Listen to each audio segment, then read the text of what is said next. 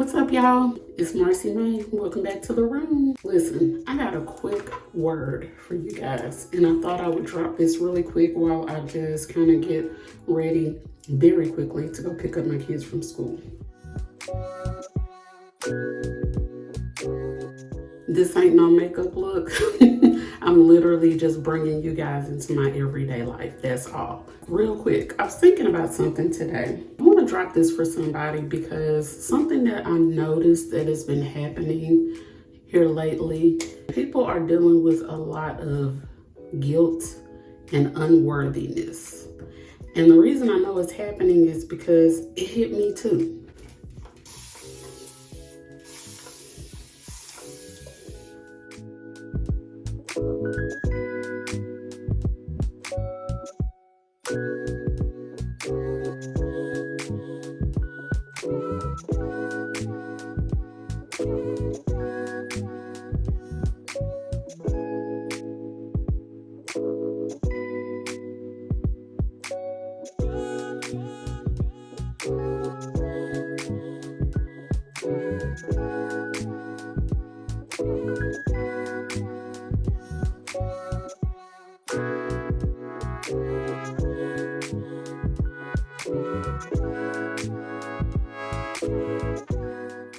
Natural curls on and popping.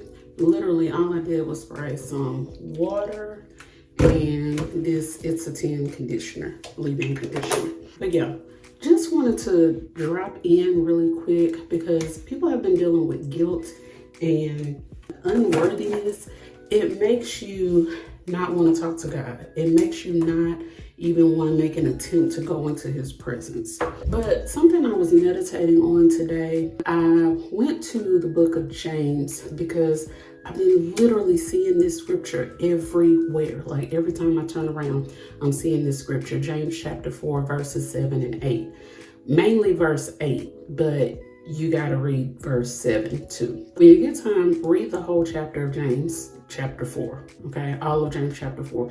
But 7 and 8 are the verses I want to focus on. I got sticky notes on my mirror right here, and I'm reading the NLT version. So humble yourselves before God, resist the devil, and he will flee from you. Come close to God, and God will come close to you. Wash your hands, you sinners. Purify your hearts, for your loyalty is divided between God and the world. Listen.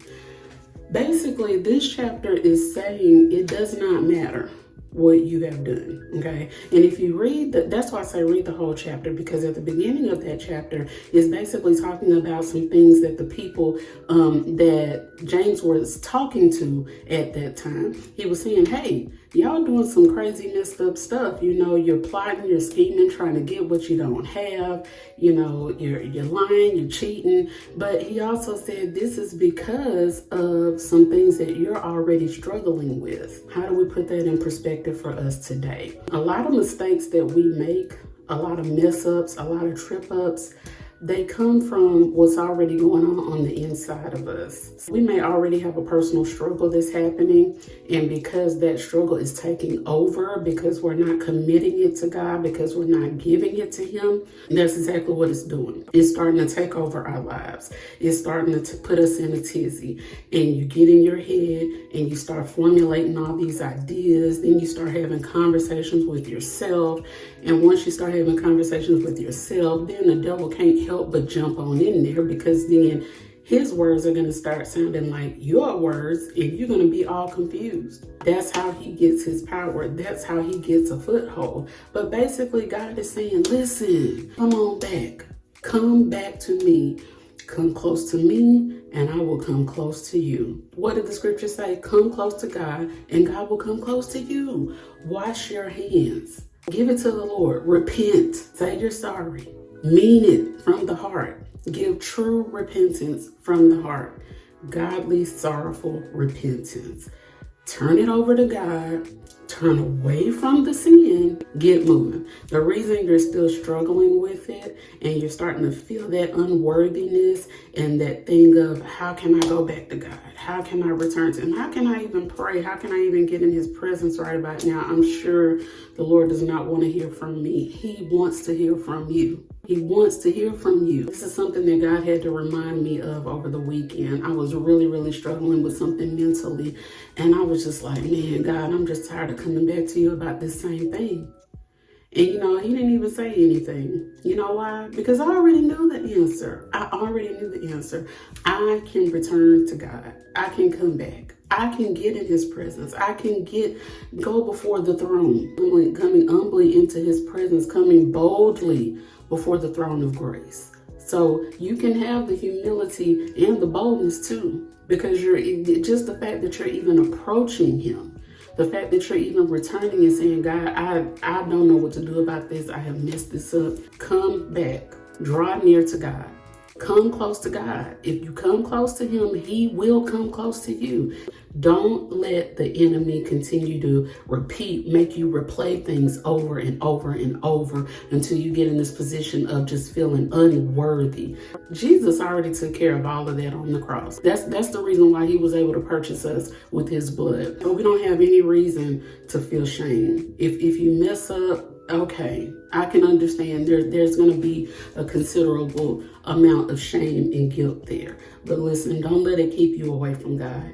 Don't let it keep you out of his presence. Come close to God and he will come close to you. Draw near to him. Return to him. There is no reason in the world, and there should not be anything that anyone should be able to tell you that will keep you out of the presence of God. Get back where you belong.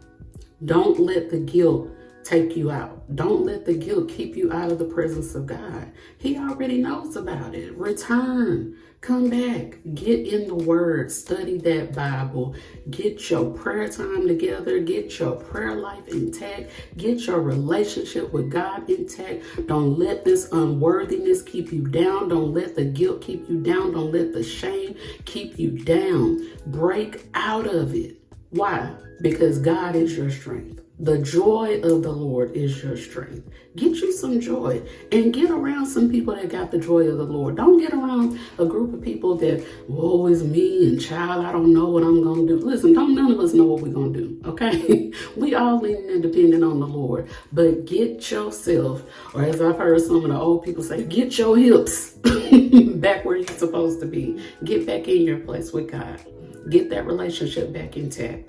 There is no amount of shame or guilt that can keep you away. There's nothing that you can do that he won't forgive you. Now you're gonna get, you're gonna get some discipline when you come back. Why? Because he chastises those whom he loves. And he wouldn't be a good father if he just let us just go off and do whatever we wanted to do. And he never said anything about it. Free will is free, but there's still consequences for your actions. Let the Lord talk to you about it, but come back.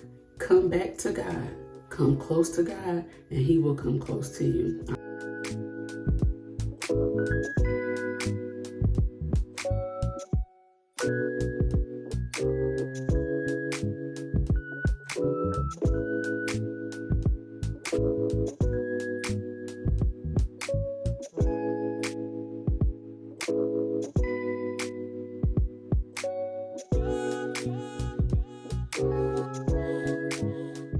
I gotta get out of here, but I hope you guys were encouraged by what you heard today. Until the next video, I'll see you later. Give y'all a quick little OOTD. No, is that right? Outfit of the day. Yeah, that's right. OOTD. Outfit of the day. Real simple. Neutral colors. Just going to pick up the kids. Y'all, I'm excited. This is the first time I got dressed all day to go out the house. I mean, not dressed all day, but you know what I mean. Dressed up. So we want to get kids. Thank you.